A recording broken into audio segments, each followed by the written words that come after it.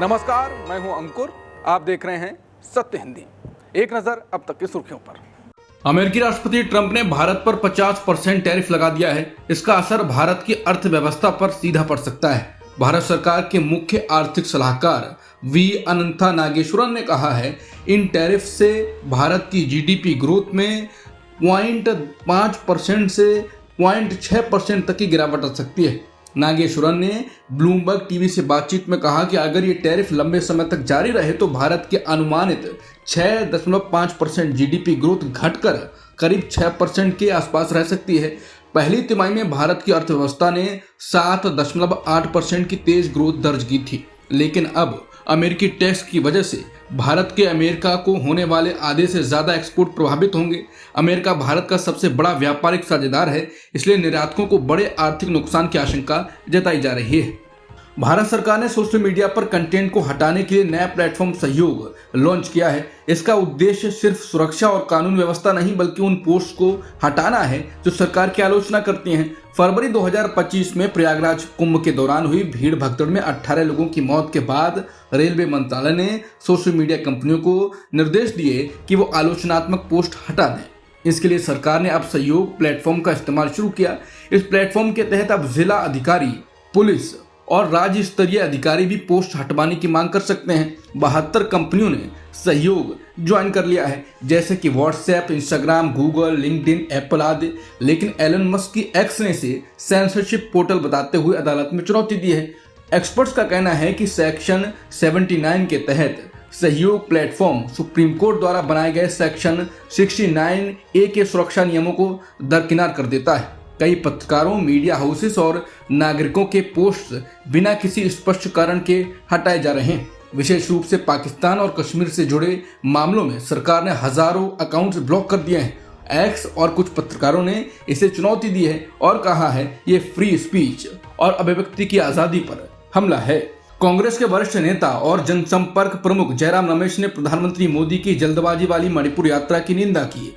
उन्होंने कहा कि 13 सितंबर को प्रधानमंत्री सिर्फ 3 घंटे के लिए मणिपुर आएंगे, जो राज्य के लोगों के साथ अपमानजनक व्यवहार है। जयराम रमेश ने इसे 29 महीने तक प्रतीक्षा करने वाले लोगों के साथ बेपरवाही करार दिया। इसके अलावा जयराम रमेश ने जीएसटी काउंसिल के फैसलों पर भी सवाल उठाया। उन्होंने कहा कि वित्त मंत्री निर्मला सीतारमण ने काउंसिल की बैठक के बाद बड़े टैक्स निर्णय घोषित किए, जबकि प्रधानमंत्री मोदी पहले ही 15 अगस्त की स्वतंत्रता दिवस की घोषणा में इसकी जानकारी दे चुके थे। उन्होंने पूछा कि क्या जीएसटी काउंसिल अब सिर्फ औपचारिकता बनकर रह गई है। महाराष्ट्र के उप मुख्यमंत्री एकनाथ शिंदे से द इंडियन एक्सप्रेस के कार्यक्रम आइडिया एक्सचेंज में पूछा गया कि क्या आपको लगता है कि उप मुख्यमंत्री बनने के बाद आपको दरकिनार कर दिया गया है। इस पर एकनाथ शिंदे ने कहा कि मुझे ऐसा नहीं लगता। जब मैं मुख्यमंत्री था तब दोनों डिप्टी सीएम एक टीम की तरह काम कर रहे थे। आज देवेंद्र जी मुख्यमंत्री हैं और हमारी टीम काम कर रही है। हमारा एजेंडा विकास और महाराष्ट्र को आगे ले जाना है, हमारा कोई निजी एजेंडा नहीं है। बिहार में चुनाव से पहले एसआईआर को लेकर मामला अब सुप्रीम कोर्ट पहुंचा। 24 जून को चुनाव आयोग ने बिहार में वोटर लिस्ट की इस विशेष संशोधन प्रक्रिया का ऐलान किया था। इस फैसले को राजनीतिक दलों यानी आरजेडी, एआईएमआईएम और बाकियों ने चुनौती दी है। सुप्रीम कोर्ट की बेंच जस्टिस सूर्यकांत और जॉय माल्या बागची इस मामले की सुनवाई करेगी। चुनाव आयोग ने कोर्ट को बताया कि 7.24 करोड़ वोटर्स में से 99.5% लोगों ने अपने दस्तावेज जमा कर दिए हैं। पहले 1 सितंबर तक आपत्ति और सुधार के लिए समय था, लेकिन आयोग ने कहा कि इस तारीख के बाद भी आवेदन दिए जा सकते हैं। हालांकि आपत्तियां और सुधार सिर्फ फाइनल वोटर लिस्ट बनने के बाद ही देखे जाएंगे। बिहार में वोटर लिस्ट की विशेष पुनरीक्षण प्रक्रिया यानी एसआईआर को लेकर विपक्ष आक्रामक हो गया है। विपक्ष का कहना है कि अगर सिर्फ 1% वोटर लिस्ट से हटाए गए तो करीब 7.9 लाख वोटर्स प्रभावित होंगे। इसका सीधा असर लगभग 35 सीटों पर पड़ सकता है, जहां 2020 विधानसभा चुनाव में जीत का अंतर बहुत मामूली था। 2020 चुनाव में 35 सीटों पर जीत का अंतर 3000 वोट से भी कम रहा था। हिल्सा सीट पर आरजेडी प्रत्याशी को सिर्फ 12 वोटों से हार का सामना करना पड़ा था। कई सीटों पर 200, 500, 1000 वोट से नतीजे तय हुए थे। राजनीतिक विशेषज्ञों का मानना है कि इस बार प्रशांत किशोर की पार्टी भी बड़ा फैक्टर बन सकती है। अनुमान है कि पीके हर सीट पर 1000 से 3000 वोट काट सकते हैं, जो करीबी मुकाबलों में निर्णायक हो सकता है।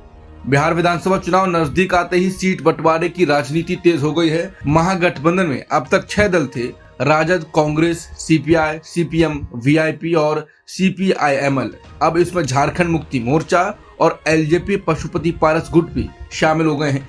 कुल 243 सीटों पर अब 8 दलों में बंटवारा करना होगा, जिससे सहमति बनाना मुश्किल हो रहा है। सूत्रों के मुताबिक एलजेपी पारस गुट को 2-3 सीटें मिल सकती हैं, जिनमें से पारस और उनके बेटे चुनाव लड़ सकते हैं। जेएमएम को बांका, मुंगेर और भागलपुर इलाके में सीटें दी जा सकती हैं। वहीं कांग्रेस प्रदेश अध्यक्ष राजेश राम ने साफ कहा कि सभी दलों को कुछ सीटें छोड़नी होंगी और गठबंधन के हिसाब से एडजस्ट करना होगा। इधर एनडीए में भी चिराग पासवान, जीतन राम मांझी और उपेंद्र कुशवाहा की मांगों से सीट बंटवारा चुनौती बन गया है। पीएनबी घोटाले के आरोपी हीरा कारोबारी मेहुल चोकसी की गिरफ्तारी के 4 महीने बाद भारत ने बेल्जियम सरकार को एक आश्वासन पत्र भेजा है। इसमें कहा गया है कि अगर चोकसी को भारत लाया जाता है तो उसे मुंबई की आर्थर रोड जेल के बैरक नंबर 12 में रखा जाएगा। भारत सरकार ने भरोसा दिलाया है कि चोकसी को जेल में साफ सुथरी और सुरक्षित व्यवस्था दी जाएगी। उसे चटाई, तकिया, चादर, कंबल और जरूरत पड़ने पर चारपाई भी दी जाएगी। साथ ही जेल की कोठरी में रोशनी, हवा और निजी सामान रखने की जगह भी होगी। बता दें कि मेहुल चोकसी और उसका भतीजा नीरव मोदी दोनों ही 13,000 करोड़ रुपए की पीएनबी घोटाले में वांछित है। राहुल गांधी की यात्रा पर कांग्रेस नेता सुप्रिया ने कहा है कि वैसे तो गीदड़ों की मिमियाने से शेर को कोई फर्क नहीं पड़ता, लेकिन सस्ती छिछली राजनीति के चलते देश के सबसे चहेते नेता की सुरक्षा के साथ खिलवाड़ किया जाए तो चुप रहना संभव नहीं है। राहुल गांधी नेता प्रतिपक्ष हैं, कहीं पर भी छिपकर नहीं जाते हैं। वीजा, टिकट, फ्लाइट सब भारत से ही हुआ, सरकार को सब पता है वो कहाँ है इत्यादि। फिर भी ये बीजेपी आईटी सेल वाले जानबूझकर उनकी लोकेशन साझा करके उनकी सुरक्षा के साथ खिलवाड़ क्यों करते हैं? इस घटिया सस्ती राजनीति का क्या मतलब है? राहुल गांधी के उठाए मुद्दों का जवाब दो। उनकी सुरक्षा के साथ ये भद्दा काम कतई बर्दाश्त नहीं है। घटिया हरकतें बंद करो। दिल्ली आम आदमी पार्टी के नेता सौरभ भारद्वाज ने मुख्यमंत्री रेखा गुप्ता के पति की सरकारी बैठकों में मौजूदगी को पूरी तरह असंवैधानिक बताया है। उन्होंने एक्स पर पोस्ट करते हुए कहा कि हालात बिल्कुल वैसे ही हैं जैसे वेब सीरीज पंचायत में दिखाया गया, जहां महिला सरपंच की जगह उसका पति फैसले लेता है। भारद्वाज का आरोप है कि मुख्यमंत्री के पति न सिर्फ बैठकों में बैठते हैं बल्कि अधिकारियों के साथ मीटिंग और निरीक्षण भी करते हैं। अमेरिकी राष्ट्रपति ट्रंप के ट्रेड एडवाइजर पीटर नवारो के भारत पर लगाए गए आरोपों पर एलन मस्क ने करारा जवाब दिया है। नवारो ने दावा किया था कि भारत रूस से तेल सिर्फ मुनाफे के लिए खरीद रहा है। उनकी इस पोस्ट को एक्स के कम्युनिटी नोट्स फीचर ने भ्रामक बताया। इसके बाद नवारो ने एलन मस्क पर प्रोपेगेंडा फैलाने का आरोप लगाया और कम्युनिटी नोट्स को कचरा कहा। जवाब में मस्क ने कहा कि इस प्लेटफॉर्म पर लोग ही नैरेटिव तय करते हैं। आप किसी भी तर्क के सभी पक्षों को सुनते हैं। कम्युनिटी नोट्स सभी को सही करता है बिना किसी अपवाद के। नोट्स, डेटा और कोड सार्वजनिक स्रोत हैं। ग्रोक आगे का फैक्ट चेक करता है। कर्नाटक में कांग्रेस विधायक बीआर पाटिल ने अपने अलंद विधानसभा क्षेत्र में बड़े पैमाने पर मतदाता धोखाधड़ी का मामला उठाया था। अब पाटिल इस मामले को लेकर सुप्रीम कोर्ट जाने पर विचार कर रहे हैं। दरअसल जांच कर रही कर्नाटक सीआईडी को चुनाव आयोग से जरूरी तकनीकी डेटा नहीं मिल रहा है, इससे जांच अटक गई है। बीआर पाटिल ने रविवार को कांग्रेस अध्यक्ष मल्लिकार्जुन खड़गे से मुलाकात की और कहा कि वो पार्टी नेतृत्व और कानूनी विशेषज्ञों से सलाह करके आगे का कदम तय करेंगे। इस मामले पर चुनाव आयोग नए सिरे से घिर रहा है। सवाल उठाए जा रहे हैं कि चुनाव आयोग अड़ंगा क्यों लगा रहा है। कर्नाटक में मतदाता धोखाधड़ी के मामले पर मल्लिकार्जुन खड़गे ने एक्स पर लिखा कि चुनाव आयोग पहले कुछ दस्तावेज दे चुका है, लेकिन अब महत्वपूर्ण जानकारियां रोक रहा है, जिससे वोट चोरी करने वालों को बचाया जा रहा है। उन्होंने सवाल उठाया, क्या चुनाव आयोग अब बीजेपी का बैक ऑफिस बन गया है वोट चोरी करने के लिए? कांग्रेस महासचिव केसी वेणुगोपाल ने भी आरोप लगाया कि चुनाव आयोग सबूत छुपा रहा है और ये संवैधानिक जिम्मेदारी के खिलाफ है। बता दें, ये मामला फोर्ज्ड फॉर्म्स का है। 2023 के चुनाव से पहले बीआर पाटिल ने शिकायत की थी कि फर्जी फॉर्म 7 जमा किए गए। कुल 6018 फॉर्म में से 5994 फर्जी पाए गए। इन फॉर्मों में वोटर्स के नाम हटाने की साजिश थी। एफआईआर दर्ज हुई और सीआईडी जांच कर रही है। सीआईडी को चुनाव आयोग से आईपी एड्रेसेस और टेक्निकल डेटा चाहिए, लेकिन अभी तक चुनाव आयोग ने जवाब नहीं दिया। उपराष्ट्रपति चुनाव से 2 दिन पहले सत्ता पक्ष एनडीए और विपक्षी इंडिया गठबंधन ने अपने सांसदों को वोटिंग प्रक्रिया सिखाने की तैयारी शुरू कर दी है। दिल्ली में रविवार से बीजेपी का 2 दिन का संसद कार्यशाला शुरू हुआ, जिसमें पीएम मोदी पूरे दिन मौजूद रहे। इस दौरान जीएसटी सुधारों पर प्रस्ताव भी पारित किया गया।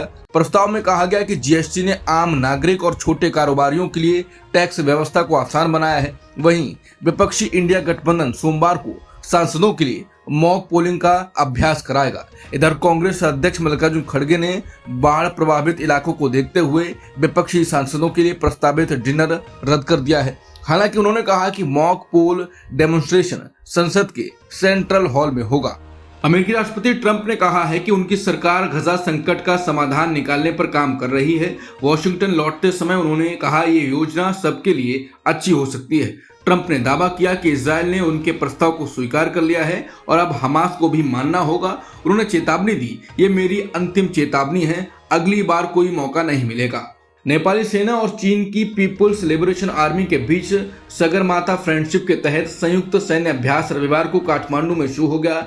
नेपाली सेना की प्रेस विज्ञप्ति के अनुसार 10 दिन चलने वाले संयुक्त सैन्य अभ्यास में आपदा प्रबंधन, संयुक्त राष्ट्र शांति मिशन और आतंकवादी रोधी अभियानों समेत अन्य क्षेत्रों में चुनौतियों से निपटने पर काम किया जाएगा। यह सैन्य अभ्यास 2017 से नेपाल और चीन में बारी बारी से आयोजित किया जा रहा है। नेपाल और भारत हर साल सूर्य किरण नामक सैन्य अभ्यास करते हैं। इसके अलावा नेपाली सेना अमेरिका समेत कई अन्य देशों के साथ नियमित रूप से संयुक्त सैन्य अभ्यास करती है।